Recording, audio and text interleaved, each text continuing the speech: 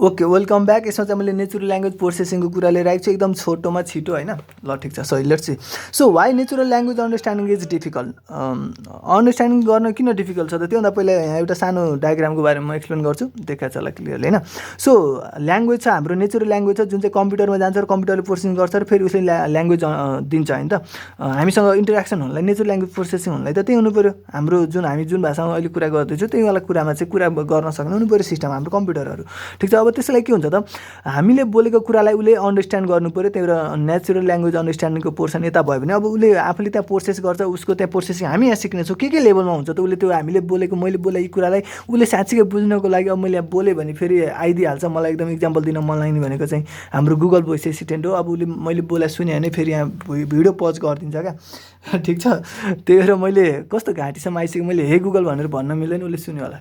Okay, अहिले सुनेन, ठिक छ। ल, आई चिटेड हर। सो ठिक छ, कम्प्युटर मतलब उसले अन्डरस्ट्यान्ड गर्नु पऱ्यो। अब उसले भित्र प्रोसेस हुन्छ र उसले अब रेस्पोन्स गर्नु पऱ्यो नि त, मलाई त्यहाँबाट जनरेट गर्छ र ल्याङ्ग्वेज चाहिँ यो कुन हुन्छ त।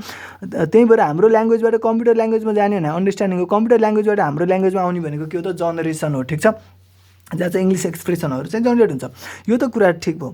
अब कुरा आउँछ नेचुरल ल्याङ्ग्वेजको अन्डरस्ट्यान्डिङ यति गाह्रो किन छ भाइ, यति गाह्रो किन छ भन्दाखेरि नेचुरल ल्याङ्ग्वेज चाहिँ एकदमै बवालै ठुलो छ। मतलब मैले अब यति धेरै कुरा बोलेँ नि होइन, मेरो बोल्ने तरिका फरक होला, मैले फरक शैली, यहीँ नेपालमै कुरा गर्ने नि अब पश्चिमको छुट्टै हुन्छ, पूर्वको छुट्टै हुन्छ। यति लार्ज छ क्या नेपाली ल्याङ्ग्वेजको कुरा गरेँ अझ इङ्ग्लिस ल्याङ्ग्वेज यति लार्ज छ। They contain infinity of different sentences. एउटा सोल्टीले जिन्दगीमा जति सेन्टेन्स किन नसुनेको होस् होइन, र पनि अझै नयाँ सेन्टेन्स बनाउन सकिन्छ क्या भाइ। There is a much ambiguity in natural ल्याङ्ग्वेजमा। एम्बिग्युटी नै त्यत्तिकै छ। मतलब एम्बिग्युटी भनेको कस्तो भन्दाखेरि एउटै मिनिङ हुने क्या। अहिले हामीले हेर्ने नै छौँ, चाहिँ यहाँ आइ नै सक्यो। त्यही भएर एउटै मिनिङ हुने, डिफ्रेन्ट लेभलमा मिनिङ एउटै हुन्छ। जस्तो कुनै शब्दको मिनिङ हुन्छ, कुनै सेन्टेन्सको मिनिङ हुन्छ है, हो त्यो आधारमा चाहिँ एम्बिग्युटीले हुन्छ। अनि जस्तो ओके, ओ त्यो फुल लिएर आन भन्दा बच्चादेखि सुनेको अन्त त्यो फुल भन्ने नि के हो त, फुल भन्ने अन्डालाई नि फुल भन्छन्, अर्को फुलेको फुललाई पनि फुल भन्छन् होइन। Many words have several मिनिङ्स and sentences can have different मिनिङ्स in different context. र अनि त्यो कुन कन्टेक्स्टमा कुरा गर्दैछ भन्ने कुरामा चाहिँ त्यो सेन्टेन्सकै मिनिङ पनि फरक पर्छ है। जस्तो अब मैले यहाँ एउटा सोल्टीले भनेर भने, यो मैले सोल्टी भने त त्यो हाम्रो नातावाद कृपावाद, त्यो नाताको सोल्टी भने त होइन नि त, मैले यतिकै सोल्टी भनेर भन्दै होइन, हो त्यस्तो हुन्छ नि त कुरा, ठिक छ।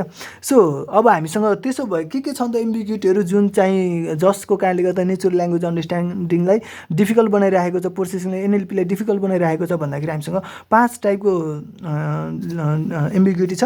के भन्दा लेक्सिकल एम्बिग्युटी छ, जुन चाहिँ एम्बिग्युटी अफ सिङ्गल वर्डको कारणले गर्दा हुने। अघि मैले भने जस्तो फुलको कारणले गर्दा भयो।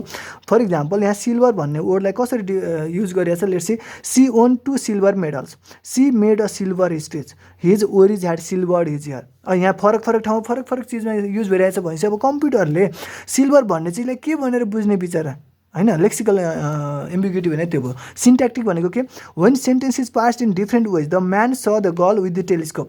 यो एउटा सेन्टेन्स छ भने अब यसलाई पार्स गर्दाखेरि मतलब कम्प्युटरले अब नाउन फ्रेज यसरी कसरी दिइरहेको छ भनेर पार्स गर्दाखेरि हामीले पार्स पनि हेर्ने होला चाहिँ स्टेप्समा, त्यो गर्दाखेरि कसरी गरिरहेछ भन्ने कुरा चाहिँ के हो त, फरक पर्न सक्छ। जस्तो the man saw the girl with the telescope. अब यहाँ तिमी यो टेलिस्कोप जुन छ यो कोसँग छ त भन्ने कुरामा चाहिँ पार्सिङ गर्दाखेरि मिस्टेक हुनसक्छ। जस्तो the man saw the girl with the telescope, अब त्यो गर्ल जोसँग टेलिस्कोप छ उसलाई देखेको हो कि उसले टेलिस्कोपद्वारा चाहिँ गर्ललाई देखेको भन्ने कुरा चाहिँ कुरा बुझेन नि त होइन।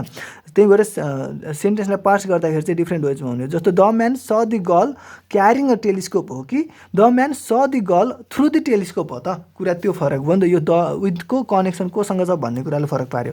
अर्को हुन्छ सेमान्टिक एम्बिग्युटी। सेमान्टिक भनेको कस्तो, occurs when the meaning of phrase themselves can be misinterpreted even after syntax and meaning of individual words have been solve.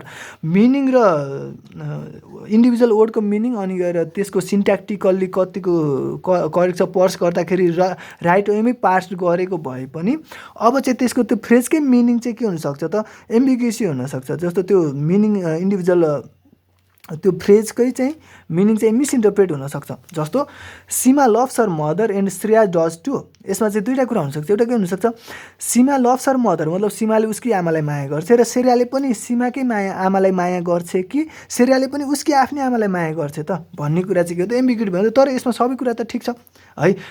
अनि अर्को कुरा के छ, the car hit the pole while it was moving. अब यहाँ थियौँ, हामीलाई त थाहा छ कि पोल मुभ गर्दैन, कारले पोललाई हिट गर्ने हो, तर कम्प्युटरलाई कुरा कसरी थाहा हुने कि जस्तो कार मुभ गरेर पोललाई हिट गर्यो कि पोल मुभ गरेर कारलाई हिट गर्यो त नि, होइन? ठिक छ, अरू सबै सेम भए पनि त्यही हुने भयो, एम्बिग्युटी हुने भयो। अर्को छ एनाफोरिक एम्बिग्युटी। भन्नु चाहिँ कस्तो भन्दाखेरि arise due to use of anaphor entities. Anaphora भनेको नाउनको सट्टामा प्रोनाउनहरू युज गर्यो भने when some beginning of sentence, त्यो फर्स्ट सेन्टेन्सको कुनै पार्टलाई हामीले सेकेन्ड सेन्टेन्समा पनि युज गऱ्यो भने त्यतिखेर एनाफोरिक एम्बिग्युटी अराइज हुन्छ। जस्तो my mother like the house very much but she couldn't buy it. मतलब अब यहाँ थियौँ, यो सी भनेको त माई मदर हो, ठिक छ, अनि गएर यो इट भनेर युज गर्यो नि, त्यो चाहिँ अब द हाउस हो। अब यतिखेर चाहिँ त्यसले के गर्न सक्छ त, एम्बिग्युटी क्रिएट गर्ने भयो। The horse ran up the hill, अब यहाँ चाहिँ मजाले छुट्टिन्छ, the horse ran up the hill, it was very steep. अब यो इट भने चाहिँ को हो त, horse was a very steep हो कि hill was a very steep हो? It soon get tired. अब इट सुन गेट टायर्ड, यो इटको र यो इटको त मिनिङ फरक छ। यो इट भनेको कुन इट हो त, ठिक छ, हो, यो चाहिँ एनाफोरिक एम्बिग्युटी भयो। Let's see about pragmatic ambiguity भनेको कस्तो, occurs when sentence gives multiple interpretation or it is not specific. जस्तो मतलब भन्नु चाहिँ प्राग्मेटिक भनेको कस्तो भन्दा त्यो कन्टेक्स्टसँग कतिको कनेक्सन छ त, त्यो हामीले जे कुरा गर्दैछ त्यसमा त्यसको मिनिङ कतिको बसिरहेको छ त भन्ने चाहिँ प्राग्मेटिक हो। भनेपछि अब यसमा चाहिँ के भन्दाखेरि त्यो इन्टरप्रिटेसनमै पनि डिफ्रेन्ट मिनिङ दिन सक्ने। जस्तो आई लाइक यु टु भन्यो भने अब उसले साँच्चीकै एकदमै धेरै माया गरे हो कि उसले अर्कोले जति गर्छ त्यसको कम्पेरिजनको हिसाबबाट गरे हो भन्ने कुरा चाहिँ के हो त, एम्बिग्युटी हुन गयो नि त, ठिक छ, हो यसरी हुन्छ। यो त्यो एम्बिग्युटी र डिफिकल्टी किन हुन्छ भन्ने कुरा अब हामीले स्टेप्स हेर्नेवाला छौँ।